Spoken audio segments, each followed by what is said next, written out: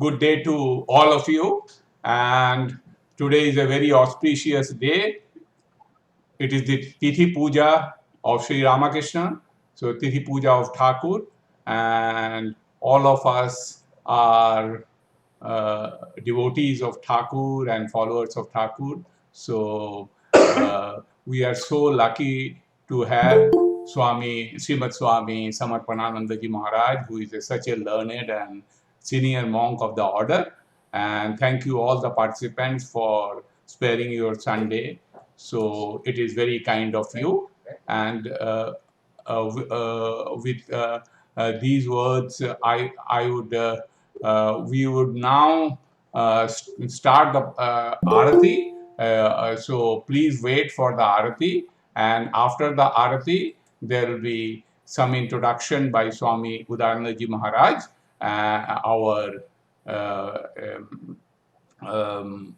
our spiritual advisor and minister in charge. So now please give us 30 seconds to start the Arati. Arati vesper service will be performed by Udayanandaji Maharaj himself. So now let us start the Arati. Please give me 30 seconds.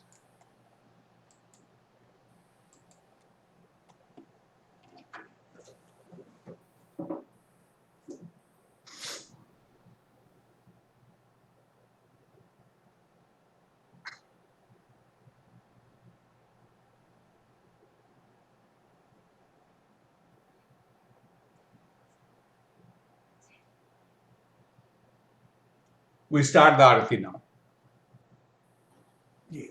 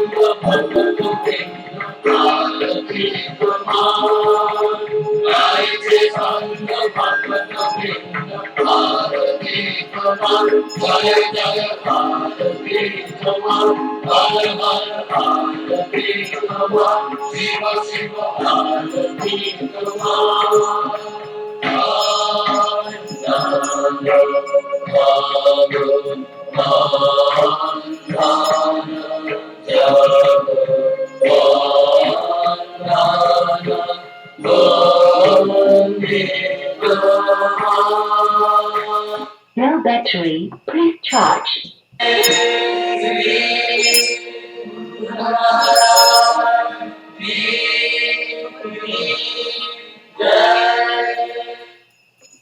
We have just ended the Arati.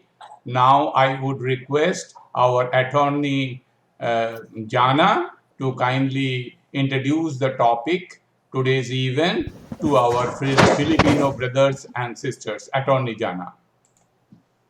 Yes, thank you, Nirmal Babu. I heard you said earlier it was a Sunday.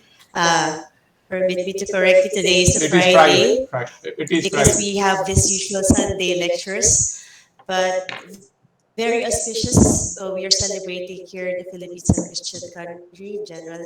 The first Friday, most of the sect would be celebrating their first Friday Mass, but here we are. We are celebrating the Tithi Puja, or the birthday celebration. You might wonder it was dated, if you look it up on Wikipedia, it's dated February 18th, but it's the Bengali calendar. So we're celebrating it today on the 4th of March this year.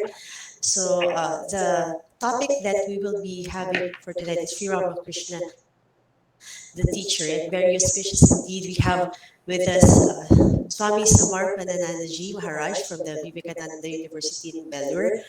And I will now turn over to Father Swami Udarananda to introduce to us our speaker for tonight. Pranams everyone. Udaranandaji Maharaj. Thank you, everybody. I, on the behalf of Ramakrishna Vedanta Society of Philippines, welcome you all. I'm glad and happy to see so many people joining the celebration today, even though it is a weekday and COVID restrictions are over. They can all participate in a virtual. They don't need to participate anymore in virtual session, but I'm happy that they have joined today here.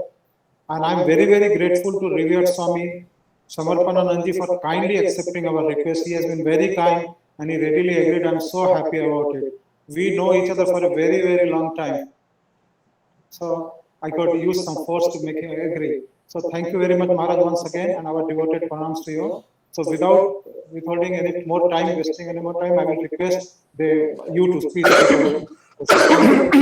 again for kindly agreeing up to our request. Pranam, Maharaj.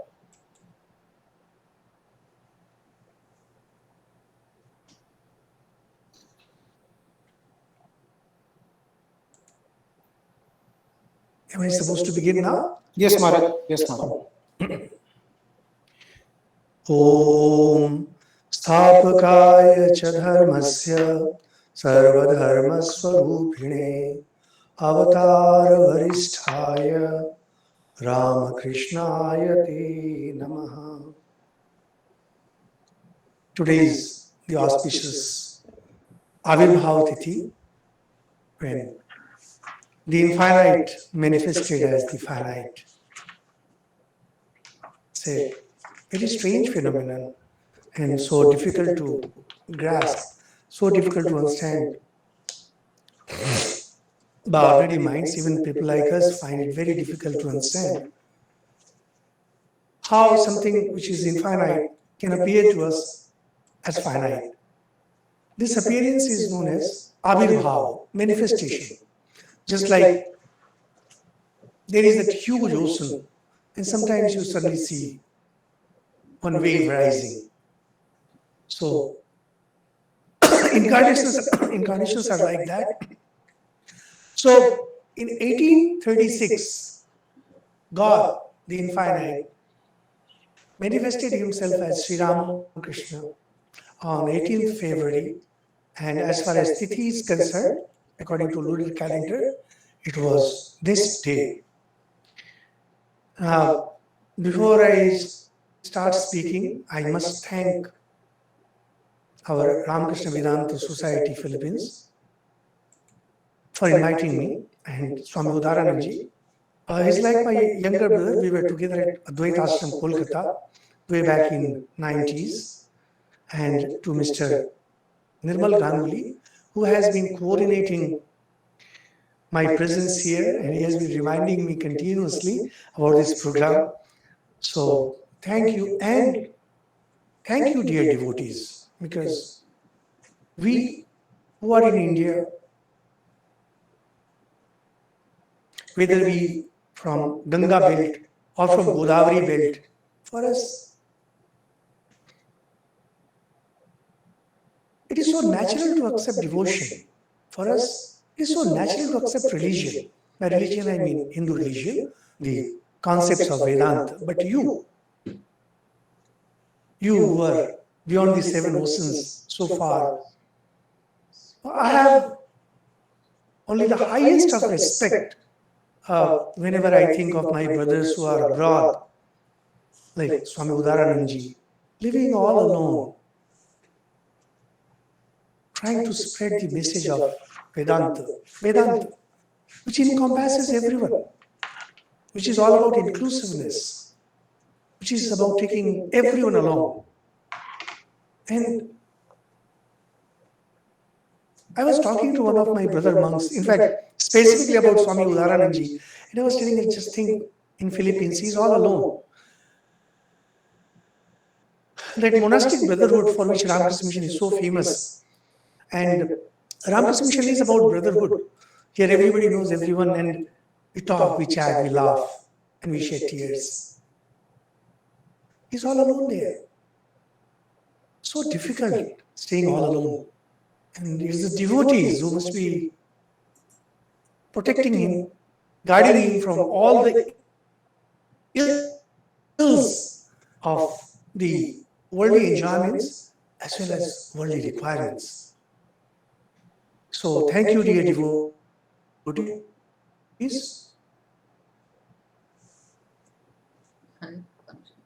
Sri Ramakrishna used to say that Bhagavad Bhakta Bhagwan, God, His holy words and His devotees, they are all one and the same. So when you are talking, when a monk is talking to the devotees of Sri Ramakrishna, and for that matter to the devotees of any of the gods,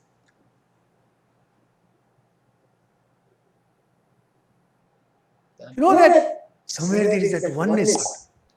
So I offer my deepest of respect to you all, and with your permission, I just share some of the fundamental ideas about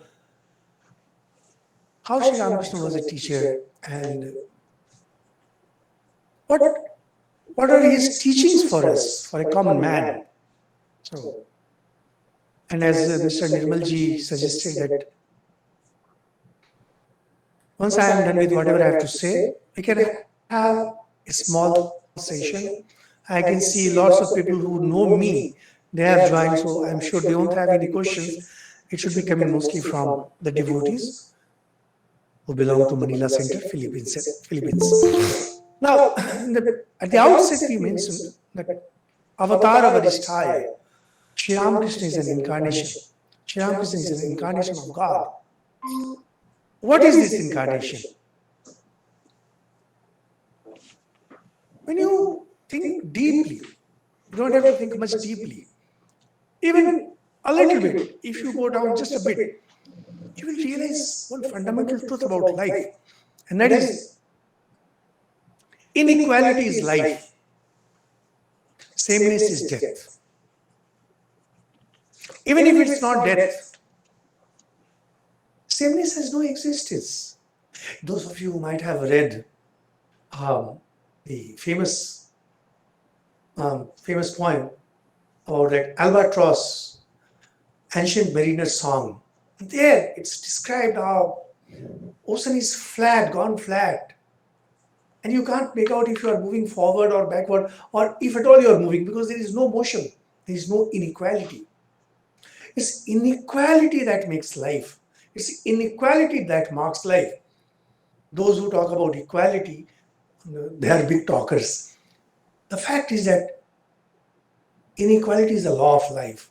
The world is made up of inequality, and wherever you look, it's only inequality. We try to bring sameness of inclusiveness, not of sameness. There's a difference between inclusiveness and sameness. Inclusive means even though you might be unequal, even though your views might be different from mine, even though you might belong to some other country, some other race, some other faith, you are my brother. In sameness, they say that if you are tall, I'll cut you short and make you equal. Equality is death. Sameness is death. And that is why you find that some people are more intelligent, some are more rich, whatever might be the reason. We are not going into that. But we just need to know that this is the fundamental fact of life. And this inequality must not be allowed to rise beyond a point, beyond a level. Because when inequality crosses a limit, there will be revolution, there will be bloodshed. However, inequality is a fundamental fact of life. And this is true in the field of spirituality too. You find that there are people who are obsessed with the material world. There are people who are obsessed with gaining wealth. People who are obsessed with enjoying the world the way we understand. Name, fame, females, etc. And there are people who do all this, and yet they are religious. They are trying to hold on to God too. And then there are people who are totally dedicated to God. Now, why this difference comes, we don't know.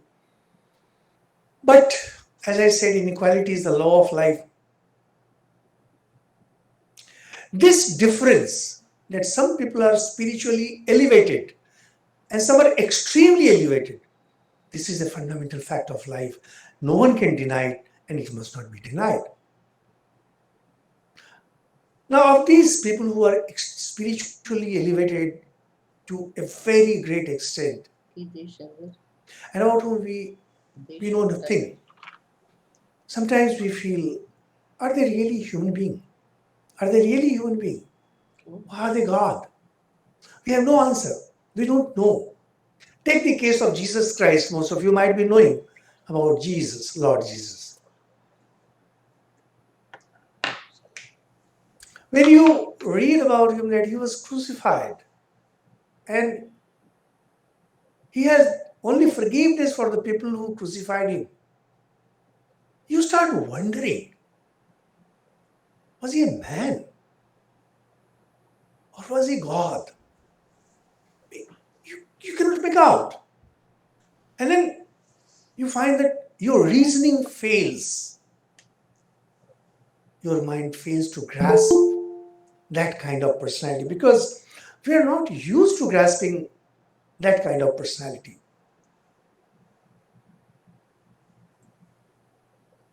Only that in India, this tradition has been going on for thousands of years.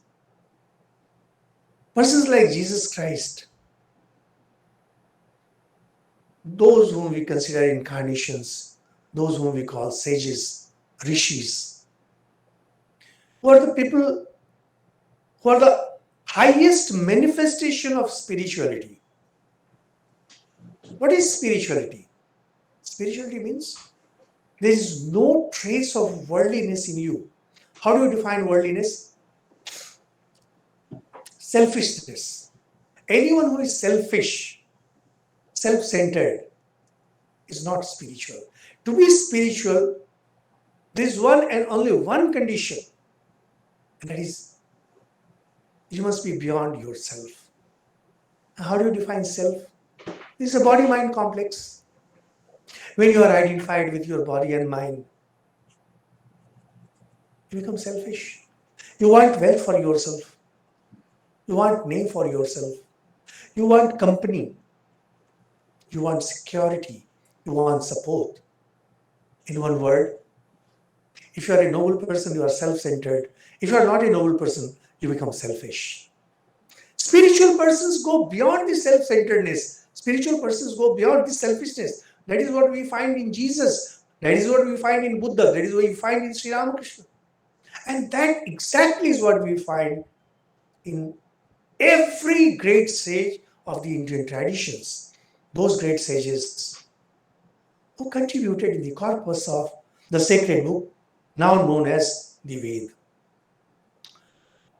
The Vedas, popularly known as the Vedas, and now the Vedas are in 4 volumes with 4 names. You find the names of the greatest sages, and it has been conclusively proved that these sages, they were not poets. They had the highest spiritual attainments, and whatever they saw in the depths of their realization, they poured out their wisdom. They were collected and written down later, came to be known as the Vedas. Sri Ramakrishna belonged to the same tradition. In the Vedic times, they were not known as avatara, but much later, when the Puranas began, that means you can say something like 4,000 years ago from today, somehow this term avatara was coined to denote a person who was believed to be more spiritually advanced than the sages. I'm talking about the historical evolution of the concept of incarnation.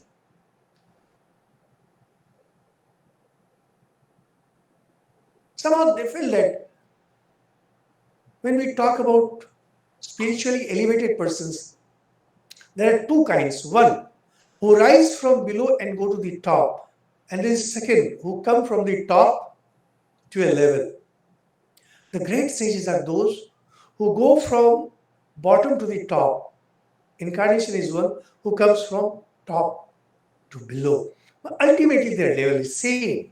Ultimately what they talk, ultimately they preach, same. So for us, it does not matter whether the words have come from an incarnation or whether the words have come from a sage. Now, what exactly an incarnation does? As far as sages are concerned, we know they have given us some beautiful mantras. They have given us some beautiful thoughts. And how exactly we understand the difference between an incarnation of God, that is God Himself, and the sages? There are certain conditions. The first condition is nothing touches them even from their childhood. In the case of sages, they might be affected in their early days, not in later days. That means an incarnation of God like Jesus, they are not touched by anything since their birth. And they are in control of things from the very beginning. I am actually talking about Sri Ramakrishna, what his personality was. But above all, they come to teach. In Hindu traditions, we know of Sri Rama and Sri Krishna, and there is Parashuram, and there are some other who had to destroy evil forces. But when you go through these sacred scriptures, you find that even when they were destined the only one, and that was to preach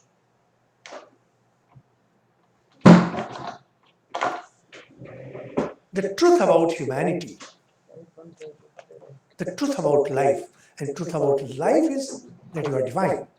Sri Ramakrishna said it in very simple words. Incarnation comes to teach Jnana and Bhakti. Jnana is where you say that you are one with God. Bhakti is where you say that God alone has become everything. I am the child of God. So, we have to accept the words of Sri Ramakrishna. Why? He had no selfish motive. He was born a poor person, he lived a poor person, and he died a poor person. He never had any selfish motive. We should be doubting a person if if that person has some selfish motive. Sri Ramakrishna had no selfish motive. He was established in purity, he was established in tradition, and he was working for the improvement of, for the welfare of the humanity. We have to listen to him. And what exactly he was teaching? We read in his biography that once his sadhana was completed, which was roughly for around 12 years, 12 long years, he was deep. He was absolutely gone deep into spirituality. And when it was over, he wanted to pass his wisdom to the world. Those of you who have come to Dakshineshwar temple might have seen buildings where Sri Ramakrishna stayed and where Holy Mother stayed, and where there was that building where the Jamindar, to whom that temple belonged. So there he would go to the roof terrace, and from there he would scream, "Oh dear devotees, where you are, come.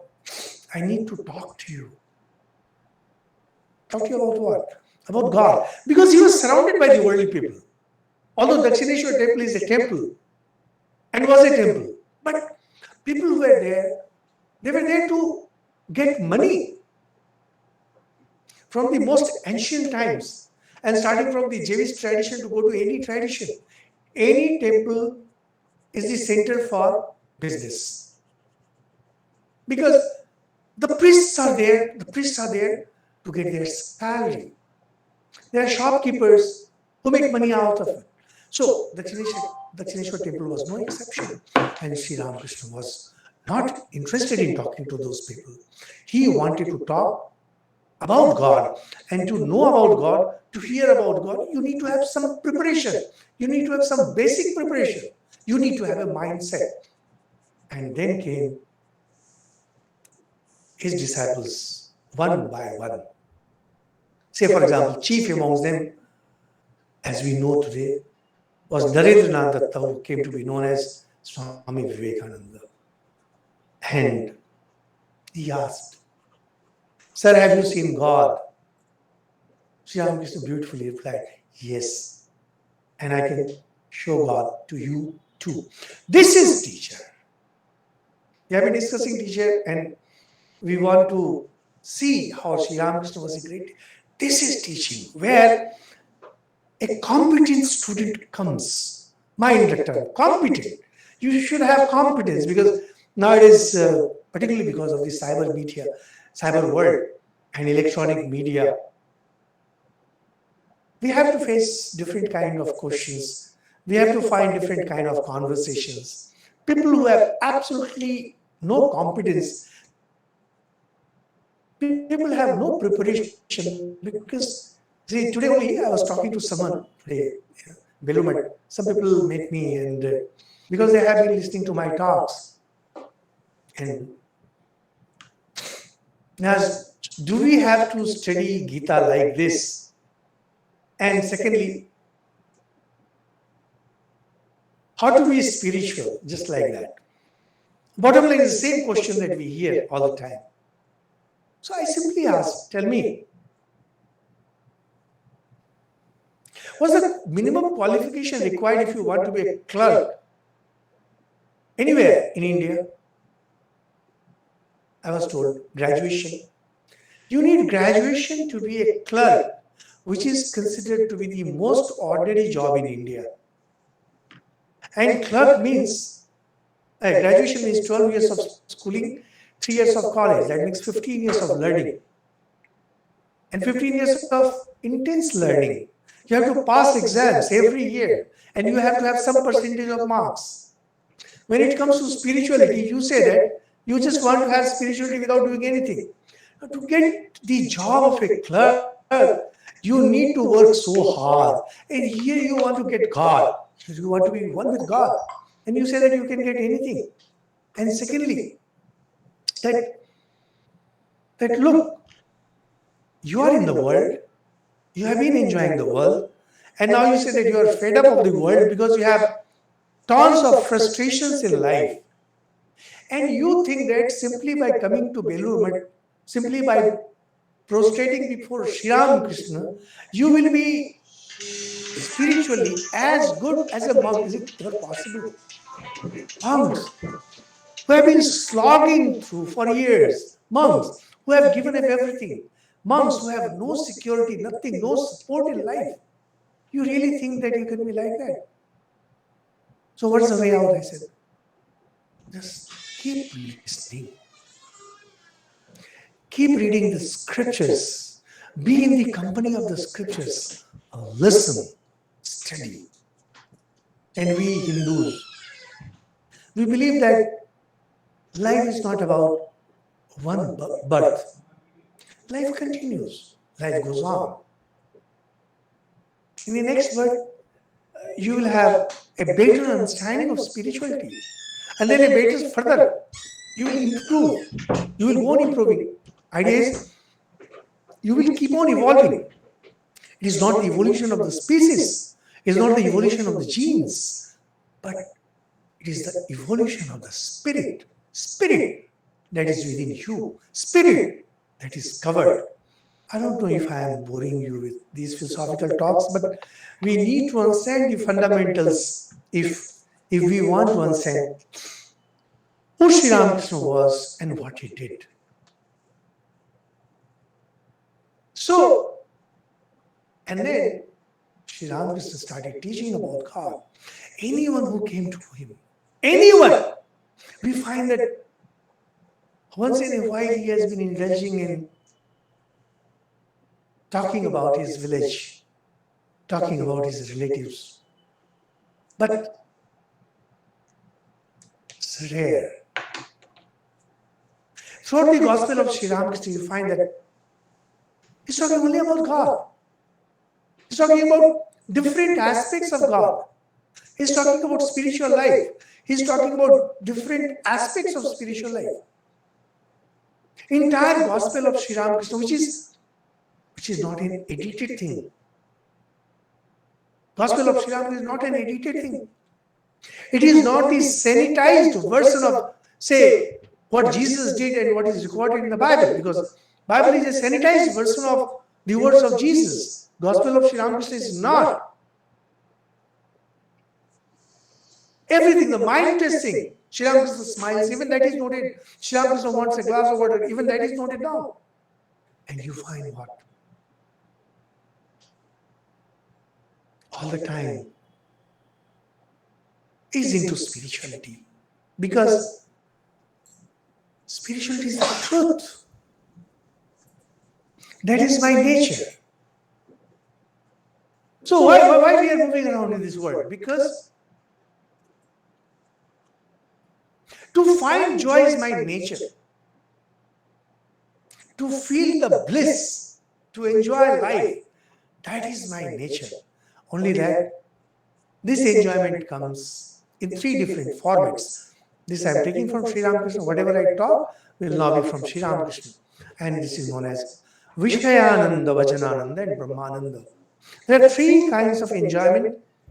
That means we can broadly classify every kind of enjoyment, every kind of happiness, every kind of joy, broadly into three categories. Vishayananda, materialistic happiness, materialistic pleasures. Bhajanananda, joy of praying, joy of the prayer, joy of meditation.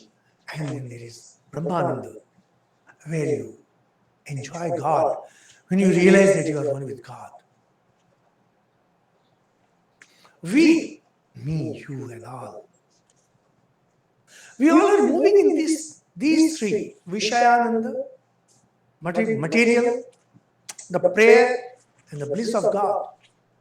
Now, are these three different? Yes, according to Christian traditions. In Hindu tradition, no. It's the same. It's the same God who is manifesting as the universe. God and universe, these are not two different things. The pleasures, their results might be different. Certain things will bind you more. Certain things will take you towards liberation. Certain kind of happiness is lower. Certain kind of happiness is higher. Sri Ramakrishna beautifully says, those who have taken diluted the sharbat of say sugar or molasses. It doesn't know the taste of sugar candy. Those who have eaten at a roadside eatery all their life, they don't know what it means to eat in a five-star hotel.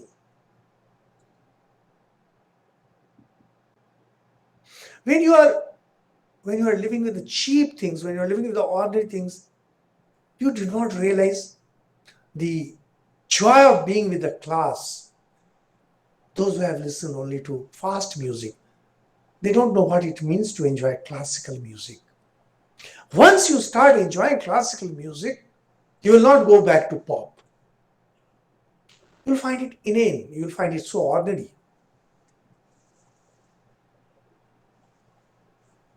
So you find that Sri Ramakrishna is never talking about Vishayananda. He's not talking about the world. He's not talking about the worldly pleasures. And not even about worldly success. So maybe sometime nowadays we have management gurus and management teachers, and they're talking about how to manage life and all. Someday people may come up with ideas about Sri Ramakrishna and modern management. But no, Sri Ramakrishna was all about spirituality. Everything was about spirituality. Because that is our nature. That's our divine nature. That is our divine right. So, Udarananji in his mail had mentioned that devotees do not like too much of philosophical talks. And they said that they want to hear some stories, some jokes, etc. So, if you are really interested in philosophical aspects, we have this channel, Indian Spiritual Heritage, YouTube. You can listen to our English talks. And those of you who are deep into philosophical things, you can listen to our Mandukya Karika talks, and it's fully philosophical. So from this point on, I'll just narrate simpler things and what Sri Ramakrishna had to say to people who are living in the world. Sri Ramakrishna, the teacher for those who are living in the world.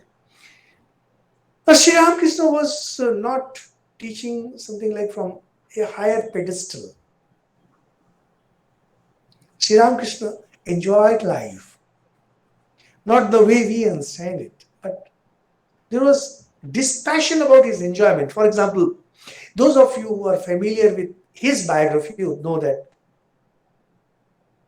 he went to the circus to see, and he brought examples from there. How the horse rider is in a circus performing different kind of acrobatics.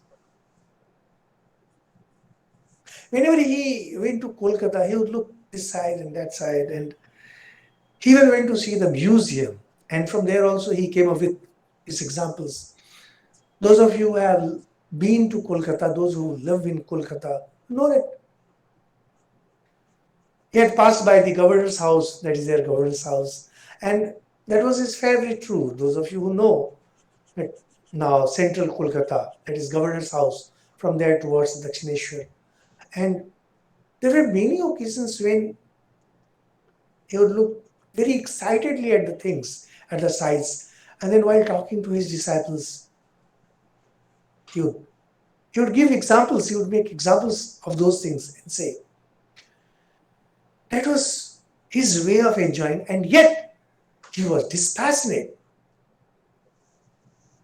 His nephew, that is sister's son, Hridayaram, was with him and used to serve him. And once he excitedly says, Mama, Mama, uncle, maternal uncle, see, this is governor's house. And Sri Ramakrishna saw that it was just a mound of, just a heap of bricks. So not that you are not seeing the governor house, because he was not like Buddha, telling that everything is just illusion. No, it was not. He's seeing things, he's enjoying things. He's enjoying the circus. He's enjoying the museum. And yet, he's not getting carried away with that. And carried away by that. No, he was not. That is the idea. That is what makes him a great teacher. See, it's very easy to give up things, stay away from them, and play great. Now, if you forcibly move away from things and play God, does it help? No, it doesn't help. Because your desire to enjoy the world stays here, not in the senses, not in the body. Even if you take yourself away forcibly, those desires will continue. And at the opportune moment, those things will bloom. Not only bloom, they will boom. And they will rebound with force. It may destroy you. So a line has to be drawn. There has to be dispassion. The marks of dispassion has to be there in your life. We will be discussing more of this as we proceed. So we find that Sri Ramakrishna, who could not even maintain his dhoti, was just a piece of cloth on his body, he was worrying about the financial security of Holy Mother Sri Sarada Devi, because after all he was married, he had a wife, he had to take care of his wife. In one of his spiritual visions, he had seen Mother Sita with certain kind of bangles, there was diamond marks, and Sri Ramakrishna had this desire that Holy Mother Sri Sarada Devi should have exactly that kind of gold bangles. And he saved money and he had bangles made for Holy Mother Sarada Devi. Those bangles are still there. Just imagine. When we talk about Sri Ramakrishna, who could not maintain dhoti on his body, just imagine. That person is thinking so much about his divine consort. Sarada Devi was not his wife the way we understand. But Sarada Devi was in the world. And when you are in the world, you will feel hunger. You will feel thirst. You will need security. You will need shelter. And Sri Ramakrishna worried for those things. You will have to worry for those things. You will have to take care of those things. And fortunately, those of you who are listening, you know these things much better. And Sri Ramakrishna was so worried about her financial security that means once Sri Ramakrishna is gone, who will look after mother? Who will take care of her? So he kept some money and asked, how much food you take? So he was calculating, just imagine. Sri Ramakrishna, I find it so funny. Sri Ramakrishna, who could not touch money. He was a salaried priest. So he kept that money so that the interest that comes out of it may go to Holy Mother. Of course, later it was seen that it was not adequate. It was hopelessly inadequate. At the same time, once it so happened that Hridayara, we mentioned just now, he saw that Sri Ramakrishna was awake at night. There was light coming out of his room. He went to see and he found that Sri Ramakrishna was dressing vegetables at the dead of the night. Hridayara was surprised and says, Mama, what are you doing? Why are you dressing vegetables? And Sri Ramakrishna had a very weak stomach. So he said that, look, the cook does not know how much I eat. So there is a lot of wastage. So I'm dressing these vegetables, cutting these vegetables, just the amount that I will take.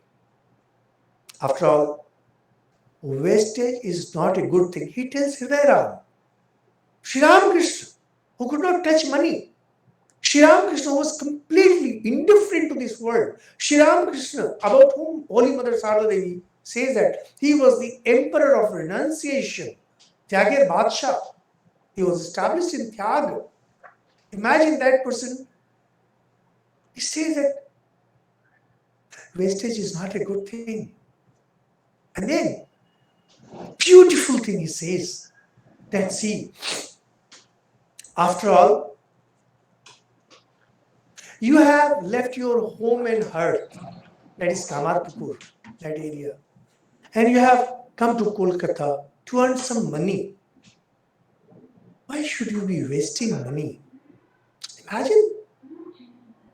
Particularly those of you who are in Manila, Philippines. I don't know how many of you are local, But most of you are there. You went there. Why? To earn some money. So you have to make sure that you don't waste it. See, this is what an incarnation does.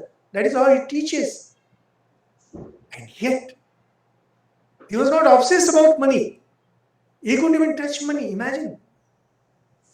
On the other hand, he once saw Ram, and he found that there was a young calf tied with a rope. And Sri Ramakrishna asked, what's the matter? Why is there this calf every day tied to this grassland? He said, no, I'm keeping it here, and once it grows up, it will become an ox, and I'll take him to my village. There it will work. And Sri Ramakrishna fell down unconscious. Oh my God, so much of calculation. So much of calculation. This calf will grow, and after 5 years, 7 years, it will be taken to that village, and there it will work in the farm. Now, when I read in newspapers, programs, if you invest after 20 years, you will get this much. I think what Sri Ramakrishna's reaction would have been if he read all that thing. All the plans that you see, offered by the banks and this credit system and this system, that system, what his reaction, because these things were not there in his time.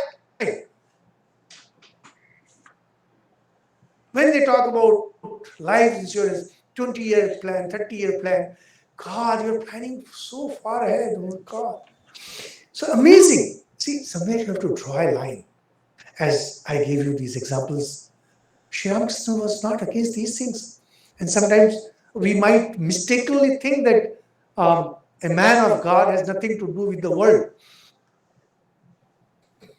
Particularly, that's the kind of idea we get from the life of Buddha. That's the kind of idea we get, say, from Jesus Christ. But no, an incarnation of God, particularly in Hindu tradition, has to take care of the worldly needs as well as its spiritual core. In essence, your spirit. In essence, you are one with God. That has to be kept alive all the time.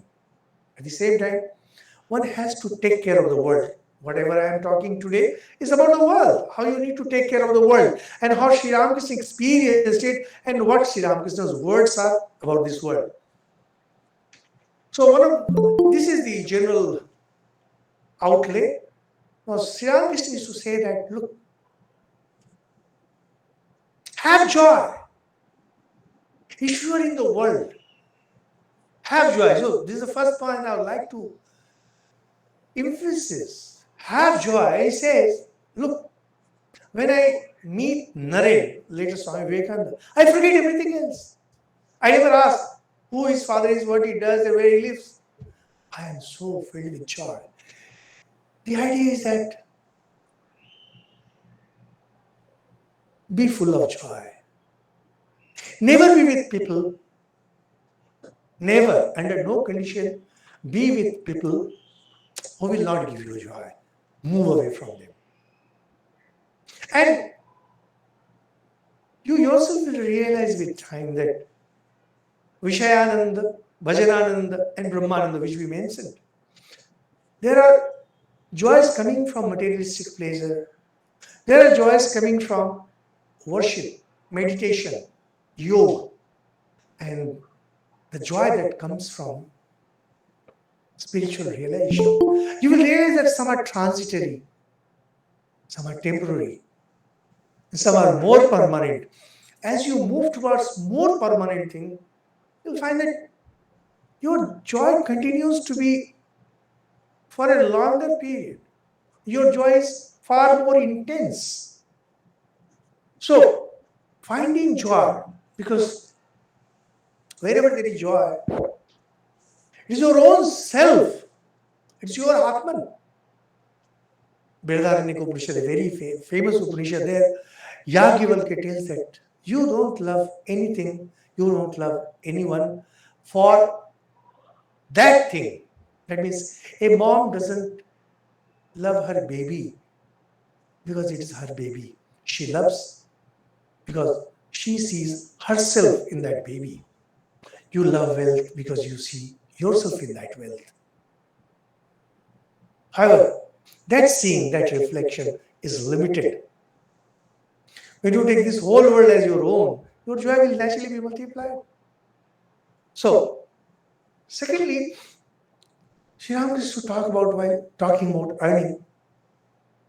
You must strive to earn more.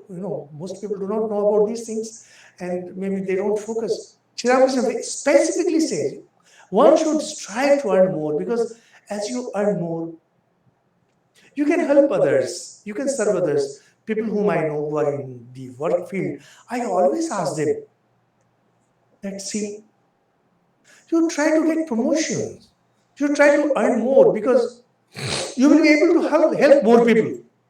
But this earning has to be honest. And you must not get involved in the world using your capabilities, using your strength that God has given. You should always strive to earn more. You must try to, because see, it's the householders who maintain monks. It's the householders who maintain the society. It's the householders. See, even the government has to tax these householders. Any country's government runs entirely on the earning of the householders. And in India, we have so many monks. We have rich monks, we have poor monks, we have famous monks, we have lesser known monks, all kinds of monks. And they are all maintained by the householders. If you don't have money, who will look after these monks? Sri Ramakrishna says, earn. But this earning has to be honest. There should not be any dishonesty in it. And when you are earning, don't you forget that you have duties. You have duties towards penny. But you need to keep your ideas very clear. Your ultimate duty is only towards God. Your ultimate duty is only towards yourself. See, today is Sri Ramakrishna's Tithi Puja, and by chance Belur is open today, and we had lots of pranams going to senior monks. So one young boy came running to me and said that he listens to my YouTube talks, and as most people understand spiritual teachings according to their understanding.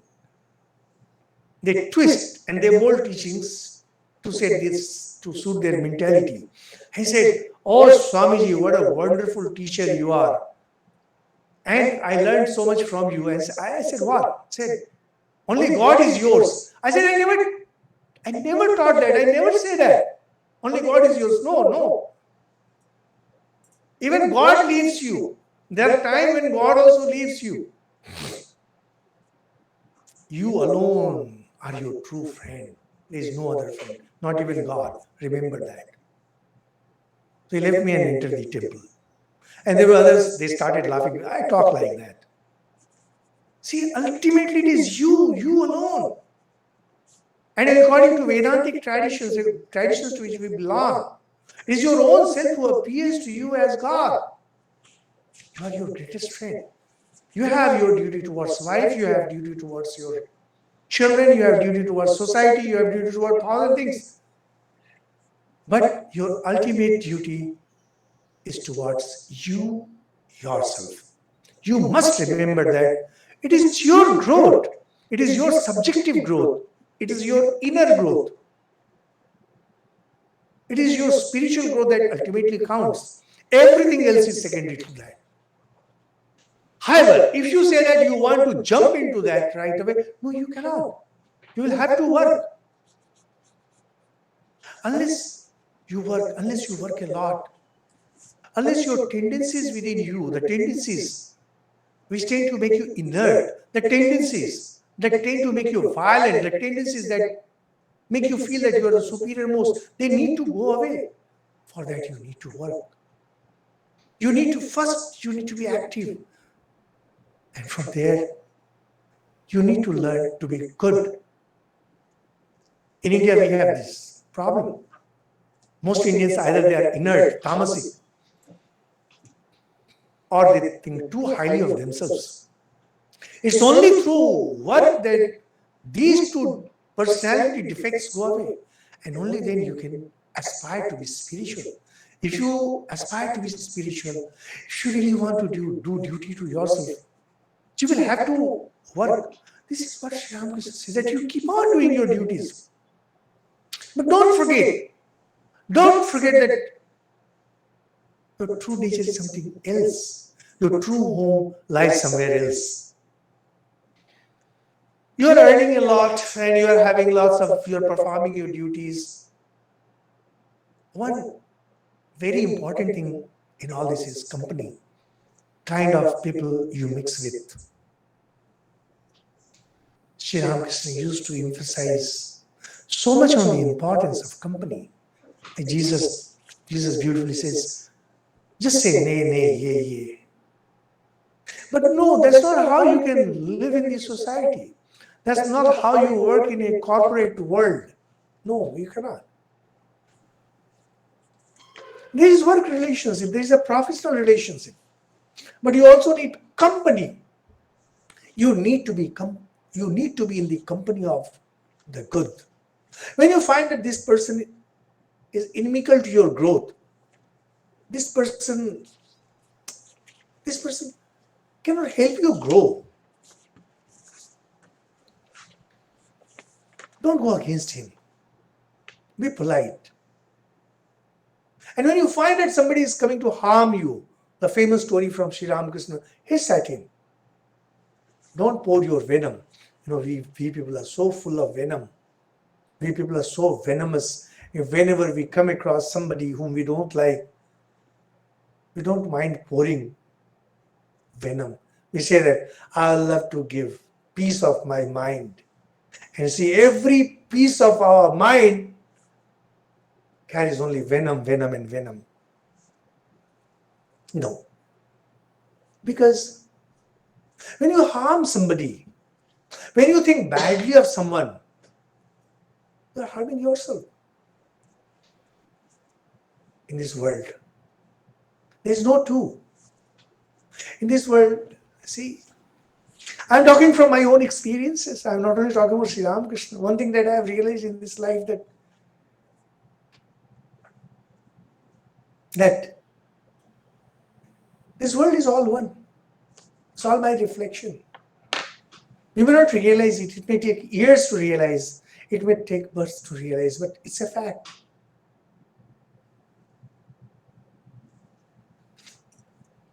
When you harm somebody, first you have to think of harming that person. That means your mind gets involved. That means the poison that you're using from your mind to harm others, that poison is getting aggravated. That poison is becoming more intense. And that poison will harm you. See, you might have heard of these popular things like, whatever goes out comes back. No, it's not like that. Whatever is created stays with you. You create poison, poison stays with you. You create nectar, it stays with you. When you love others, the love doesn't come back to you. When you love somebody, that love stays with you, becomes intensified, and makes you more inclusive. When you are in company, when you are with this world, you need to be very choosy, you need to be very careful. These are the teachings of Sri Ramakrishna. I just selected some of these teachings which I thought will be useful for you people who are in this world. And probably you might have heard of these things from some of those teachers who talk about positivity and who talk about personality building, etc. But Sri Ramakrishna is talking from entirely different perspective. And you have to have strong determination. Now all these things are required even by the monks. Even we monks need all these things. But those who are in this world, those who are living a householder's life, they need these things much more. As Sri Ramakrishna talks about two farmers.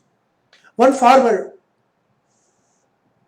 or both these farmers, they needed to get water from the river because there had been a drought. And a farmer was working, his wife came and said, "Why do you have to work so much? Take a bath, eat properly." And he agreed to that. And ultimately, nothing happened. Right? He couldn't do anything because people who are lazy, people who procrastinate, people who are not of strong determination, they cannot achieve anything in life, neither wealth nor security, and definitely not spirituality. Thank God you are in Manila. I don't think people of Manila have the mentality that we have in India. Here in India, we like to push everything to God.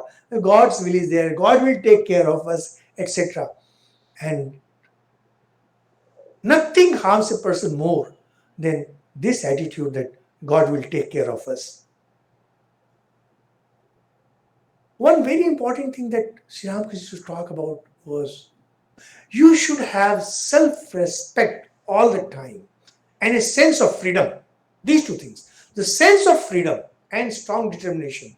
For example, he talks about some priests who were bachelors, who were not married, and they had such sense of freedom that they didn't even care for the king. And so the king arranged for their marriages. The moment they got married, they lost everything. Here, marriage is not important. Being bachelor is not important. Important thing is that sense of freedom was lost. And Sri Ramakrishna talks about people take up job in these offices, and their bosses hurt them, bosses insult them. Still, just for a few rupees, that is a few dollars, they have to bear with all this. So, important thing is to have self-respect, to have that sense of freedom, even if you earn a little less, but you have that sense of freedom. It is better, according to Sri Ramakrishna. However, although we have been talking about all this, these things look like life lessons, and these things probably could have come from any of these speakers who talk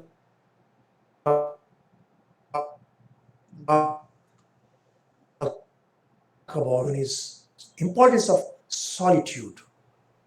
Sri Ramakrishna repeatedly talked about the importance of solitude. If you want to have butter, if you want to make butter, milk has to be left in isolation. It should be disturbed, and then curd is formed, and then from that curd you make butter. See, we all want to succeed. You want to succeed, I want to succeed. You want to succeed in some field, I want to succeed in some other field. We forget the most important thing, the most important driving force in success. It is solitude. I used to deliver talks at Indian Institute of Management, the most prestigious institute in India. And I always used to say that, dear managers, you are the would-be managers. Learn the importance of solitude. If you don't learn to be alone, if you don't learn to be silent for a while every day, possibly 2 to 3 times a day, power will not be generated within you. In those, when Sri Ramakrishna is talking, as we mentioned, it's all about spirituality. Ultimately, it's all about going towards God. So do all your duty. Practice certain values, practice certain habits, grow in stature, grow in strength, and practice solitude. Once you practice solitude, you will be face to face with yourself. When you are face to face with yourself, you yourself will know what is right and what is wrong. But most importantly, you will know what is the purpose of life, where I am going, where I am supposed to go. So, well, that in short is what I decided. I'll talk to you, and I can definitely talk about one or two more points. But Nirmalji had very specifically told me that although this is the annual festival for Philippine Center, it is Manila Center, but there might be some devotees who may like to ask me something, like to discuss something. In most cases, people do not have something serious to ask. But anyway, it's always good to have some conversation, because through conversation, lot many ideas come. So I end my talk here, and I'll request my dear Manila devotees to ask anything that you like to ask on whatever I discussed, or on Sri Ramakrishna, or on Hindu religion. Um, I'd be very glad to answer you. I'll appreciate these questions from the devotees of the center, because many have joined from India. They know me, so please don't have to ask. Manila devotees, if you wish to. Thank you very much, Maharaji, for your such an enlightened and insightful session. Especially your mention about the Vishayananda and Bhajananda, Bhajanananda. and then Brahmananda. Brahma. The joy coming from spiritual realization. So very good insight. Now we have a time for one or two questions. So if you have question, please ask so that you can benefit from the presence of. No, I have left 15 minutes. I think we have 15 minutes. So No, 15 minutes gives you Maharajji, plenty of time. you said that you have Can I? you have to leave at 5:30. 5:30. So now it is We have already 15 minutes. 5:16 in India. Yeah. So Yes. we So we have, have and 15 minutes. then we have vote of thanks. So, and one Oh, Ramakrishna right. Sharanam, Ramakrishna Let's see. Sharanam. Okay, so please So quickly here is ask the question. Mukhopadhyay. I think Nirmal, can I ask you? Please, by all means. Maharaj Pranam, I am a devotee of the Manila Center, but I grew up in near very close to Belur Mott. Maharaj, I have one comment and one question. The comment is when we were talking about even Krishna Dev, our Thakur was so worried and how much sad he was when he realized that his income is not enough to ensure Ma's living after he passes away. I was dreaming about, thinking about it, how much sad he was when he realized that he doesn't have enough money to ensure Ma's good life, whatever reasonable life. That was my feeling. My question to you, Maharaj, all along for several years, all of us have been hearing this story that when Swamiji asked Maharaj Thakur that have you seen God? Thakur said yes, the way exactly the way I see you. But is there anywhere any discussion on when Thakur actually saw God? What was the form? How did he see that God? I am just curious to know. If Very you curious. follow my Indian Spiritual Heritage Talks on YouTube, just follow any of the playlists, Indian Spiritual Heritage on YouTube, you will find this discussion many times. I see, Maharaj. You are making a fundamental mistake. You think that God is an object like this pen. And this is a mistake that everybody makes. It's not you. Everybody makes this mistake. It's not object. God is pure consciousness. When you see God, you see God only as pure consciousness. If you can see this pen as pure consciousness, you are seeing God in this pen as pure consciousness. Now, what is pure consciousness can be understood only by a person whose mind has become absolutely pure, absolutely calm, and established in consciousness. For the rest, it is just an academic discussion, and that is of no use. Consciousness is something which we intuitively understand, but we have no idea about what consciousness is. So, when Sri Ramakrishna saw God, Sri Ramakrishna saw God variously. So, he saw God in Sita's form. He saw this God as the utensils of puja. He saw God as young girl. He saw God as a young girl standing on the roof of the Dakshineshwar temple. He saw God as undivided consciousness. He saw God as Mother Kali. What exactly he was seeing? One part of his mind was seeing the form, another mind was seeing pure consciousness.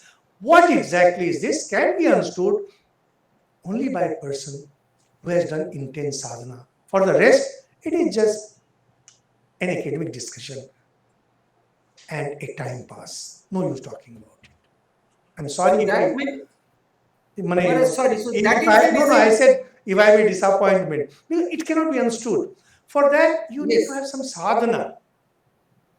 You need to have some sadhana to understand what consciousness means. God realization always means, without exception, experiencing pure consciousness. Now, this experience has to be through pure consciousness, it cannot be through mind, because mind is inert. If you listen to our Raj Yoga talks in English, there we have discussed these things many times. Now, see, Sri Hiranya Mukhopadhyay ji, with all due respect to you and others, spirituality and spiritual subjects require some training, some learning. And exactly with this purpose, we started Indian Spiritual Heritage YouTube channel. We now have 1200 videos. Imagine, full length 1200 videos in English, in Bengali, and in Hindi. Just listen to any of the playlists, either in Bengali or in English. I think lots of your ideas will become clear. Thank you, Any Maharaj. other question? No, yeah, absolutely fine, Maharaj. No disappointment. That is why I see. No, no, I'm a very disappointing person. No. And For many have no confirmed disappointing. That is why I see there is not much discussion on this topic in whether Lila Prasangon, Kathamrito, because as you said very correctly, you need to have some training and some spirituality to understand this. Yes, Any Maharaj. other Thank you, Maharaj. question? Nirmal Babu, from your side? No question, Maharajji, from my side. I would now request our devotee Ranjana Bhattacharya from India to kindly sing Ramakrishna Sharanam. So, Ranjana Di, please. Ramakrishna Sharanam, Ramakrishna Sharanam, Ramakrishna Sharanam, Sharanye. Ramakrishna Sharanam, Ramakrishna Sharanam, Ramakrishna Sharanam, Sharanye. Prabhu Kripa hi kevalam, Kripa hi kevalam, Kripa hi kevalam, शरण्ये प्रभु कृपा ही केवलम कृपा ही केवलम कृपा ही केवलम शरण्ये राम कृष्ण शरणम राम कृष्ण शरणम राम कृष्ण शरणम शरण्ये शरणागत हम शरणागत हम शरणागत हम शरण्ये प्रभु शरणागत हम शरणागत हम शरणागत हम शरण्ये राम कृष्ण शरणम राम कृष्ण शरणम राम कृष्ण शरणम शरण्ये नमो श्री गुरवे नमो श्री गुरवे नमो श्री गुरवे नमो नमो नमो श्री गुरवे नमो श्री गुरवे नमो श्री गुरवे नमो नमो राम कृष्ण शरणम राम कृष्ण शरणम राम कृष्ण शरणम शरण्ये राम कृष्ण जय जय राम कृष्ण जय जय राम कृष्ण जय जय राम कृष्ण जय जय राम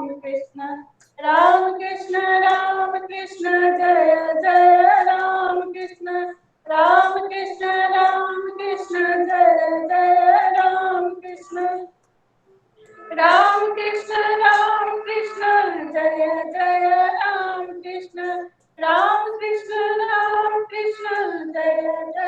राम कृष्ण जय जय राम कृष्ण राम कृष्ण जय जय राम कृष्ण राम कृष्ण जय जय राम कृष्ण शरणम राम कृष्ण शरणम राम कृष्ण शरणम शरण्ये राम कृष्ण शरणम राम कृष्ण शरणम राम कृष्ण शरणम शरण्ये Ma Sharada Sharanam, Ma Sharada Sharanam, Ma Sharada Sharanam, Saranye. Swamiji Sharanam, Swamiji Sharanam, Swamiji Sharanam, Saranye. Ramakrishna Sharanam, Ramakrishna Sharanam, Ramakrishna Sharanam, Saranye. Jai Sri Guru Maharaj ki Jai. Jai Mahamari ki Jai. Jai Swamiji Maharaj ki Jai.